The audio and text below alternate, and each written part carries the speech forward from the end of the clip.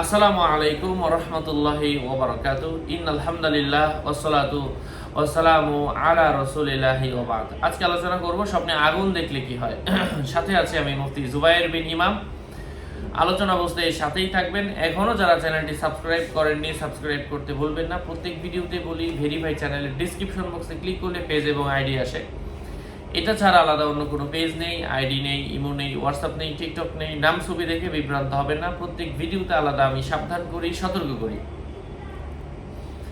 স্বপ্নে রান্না করার জন্য আগুন জ্বালাতে দেখার অর্থ হচ্ছে স্বপ্নদ্রষ্টা এমন কাজ করবে যে কাজের মাধ্যমে তার পরিবার পরিজন তার থেকে উপকৃত হবে, এমন কিছু বোঝায়। যদি কোনো মানুষ পাতিলের মধ্যে খাবার দেখে তার পরিবার পরিজন থেকে সে নিজে কষ্ট পাবে। আগুন স্বপ্নদ্রষ্টার শরীর বা কাপড়ের কোনো অংশ জ্বলতে দেখলে বুঝতে হবে ওই পরিমাণ ক্ষতি হবে যে পরিমাণ আগুন জ্বলেছে। সম্পূর্ণ শরীর বা কাপড় জ্বলতে দেখলে ওই পরিমাণ ক্ষতি হবে যে পরিমাণ জ্বলতে দেখেছে, বা তার ব্যক্তিগত কোনো ক্ষতি হবে অথবা সে পরিমাণ বিপদে সে পড়বে। অগ্নিশিখা দেখলে তার ক্ষতি বাচ্চার পক্ষ থেকে অথবা যুদ্ধের মধ্যে হবে। স্বপ্নদ্রষ্টার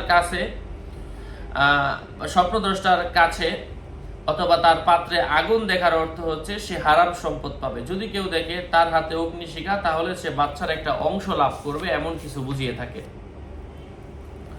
স্বপ্নে কোনো মানুষ যদি দেখে তার বাড়িঘর আগুনে জ্বলে গিয়েছে, সে নিজে আর্থিকভাবে ক্ষতিগ্রস্ত হবে। কারো ব্যবসা প্রতিষ্ঠান আগুনে জ্বলে যেতে দেখার অর্থ হচ্ছে ওখান থেকে অনেক বেশি পরিমাণের বাকি মানুষ নিবে, অথবা সে নিজে অনেক বেশি পরিমাণে লোন মানুষের কাছ থেকে গ্রহণ করবে এবং এর ক্ষতি কাটিয়ে উঠতে তার সময়ের প্রয়োজন হবে।